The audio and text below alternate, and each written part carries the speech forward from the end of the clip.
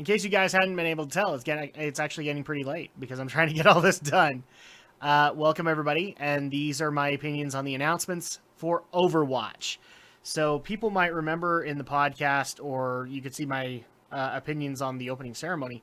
I'm very excited for Overwatch, and frankly, I'm one of those guys that is not excited for first-person shooters. Like, I do not buy the latest Call of Duty. I do not buy the latest Battlefield.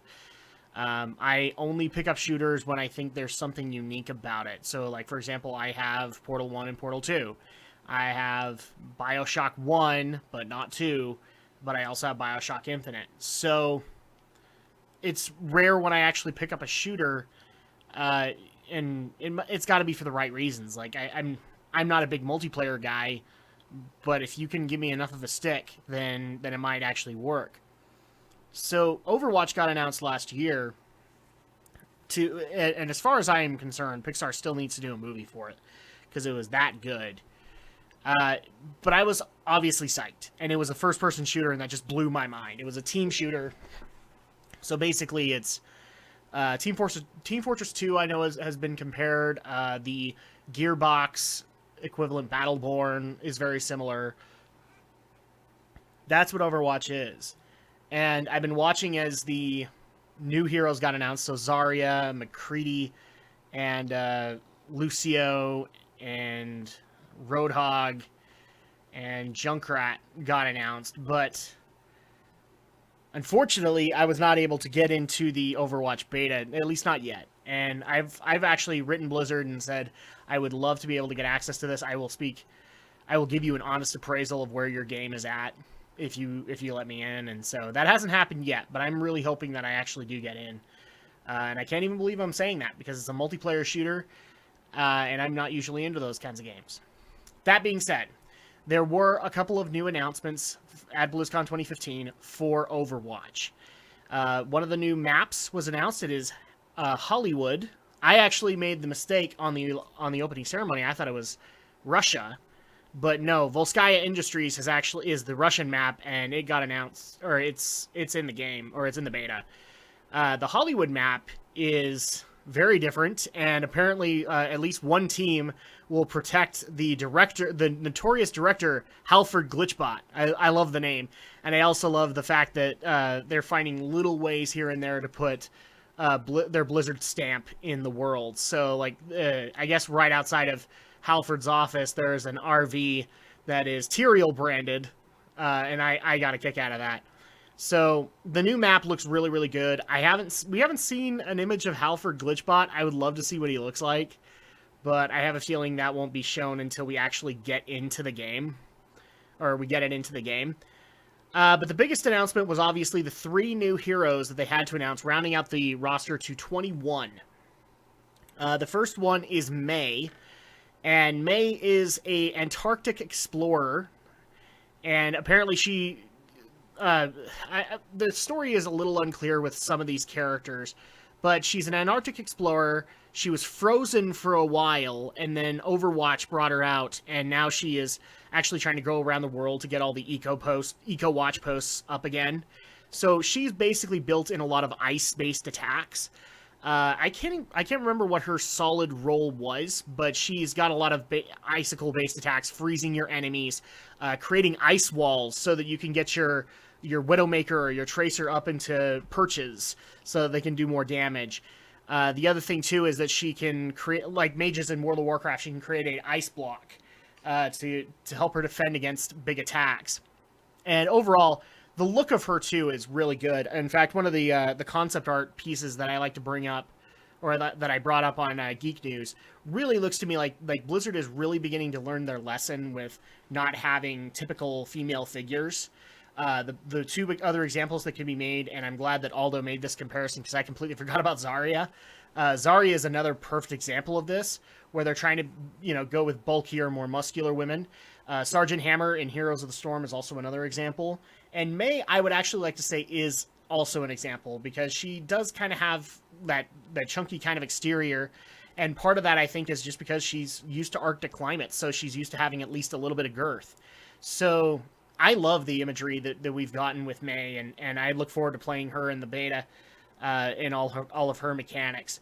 The second hero, which I guess was actually hinted at in the game, in the arcade in Hanamura, is the former pro gamer, now retired, Diva. And so she's an interesting case because not only she's basically like two kind of characters.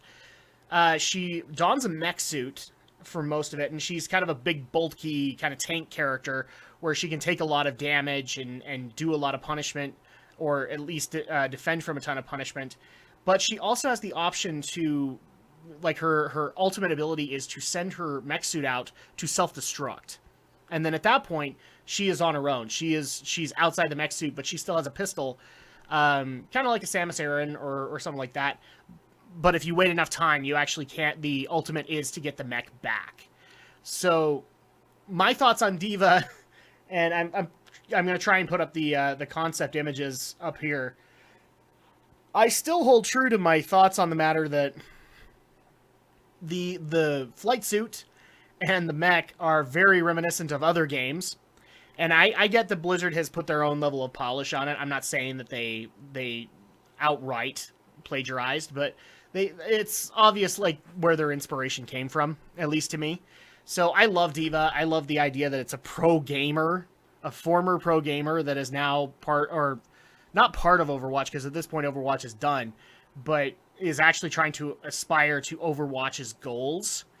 So I like that idea, and overall her snarky attitude really kind of helps out with that. I'm looking forward to playing her at some point in the beta. The third character is actually one that I had been waiting for them to announce because he was in some of the original concept art, and he looked really, really cool. And that is Genji. And Genji, actually, when you got into the deeper panels, you actually realized that originally, because if you saw the opening ceremony trailer, Genji calls Hanzo brother, and originally they were one person. The original concept for Hanzo was kind of a mixture of Hanzo and Genji, and now they've actually split them apart and made Genji into this cyborg ninja. Again, it's Blizzard taking some rights, but it's different enough that I don't think it's an issue. But overall, Genji looks really, really good. He's kind of a melee assassin, it looks like.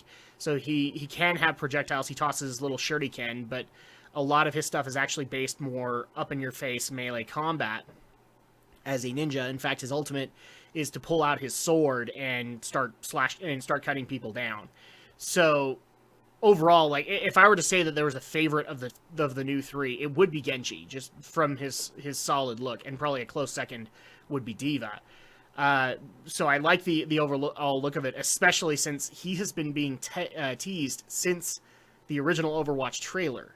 So I'm very happy they finally got him into the game, but it looks like these 21 heroes that are in the game right now are going to be part of the new Overwatch Origins collection. So this actually was announced the day before BlizzCon started, and we actually talked about it a little bit.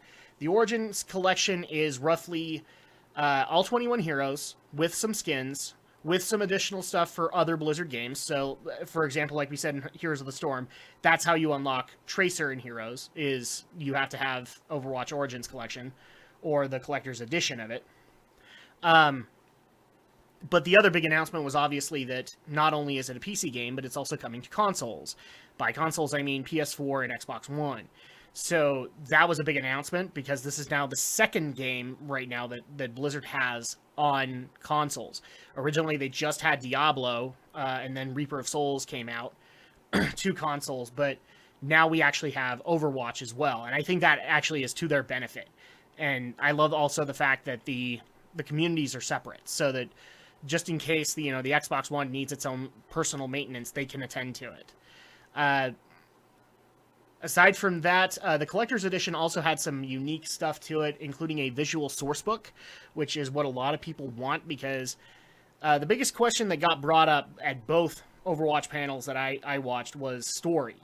And the fact that we get that Blizzard is trying to tell the story in the maps, and that's cool, and I don't have a problem with that.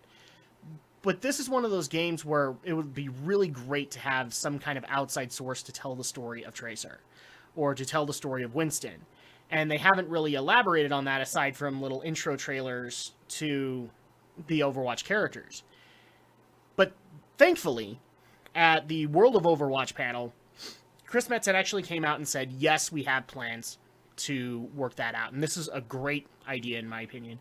So they're going to do comics that are going to be self-published. They are Blizzard-published comics about Overwatch characters and also the overall story. In fact, the first comic that got announced was going to be the original Overwatch strike team and allowing for us to get to know them, which is a great thing because some of the new skins in the Origins collection is actually based off of that. So Soldier 76 actually looks like his original counterpart in that comic. So does Reaper. Torbjorn will also have a skin, I think, in regards to that. We'll also be able to meet the original team and be able to get why they were so respected.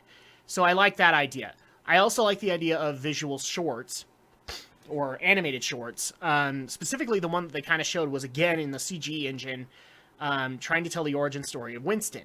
And that is one I think everybody wants to know. Because having Jeff Kaplan come out and just say, yeah, he's a genius monkey that has a big lightning gun that lives on the moon. And it was like, dude, details. Explain why he's on the moon. Explain why he's part of Overwatch. Explain why he's not a bad guy. Things like that. And so this will allow for them to be able to do that, but also be able to keep working on the multiplayer so that they don't have to create like a campaign mode if they don't want to. And also the big news that we did get with the opening ceremony, as everybody saw, is we do have a release date for Overwatch, and it is spring 2016, which was kind of expected. If the beta's out by now, I didn't think that we were going to have Heroes again, where it was a huge technical alpha or a technical beta. We were going to have Overwatch a little bit sooner.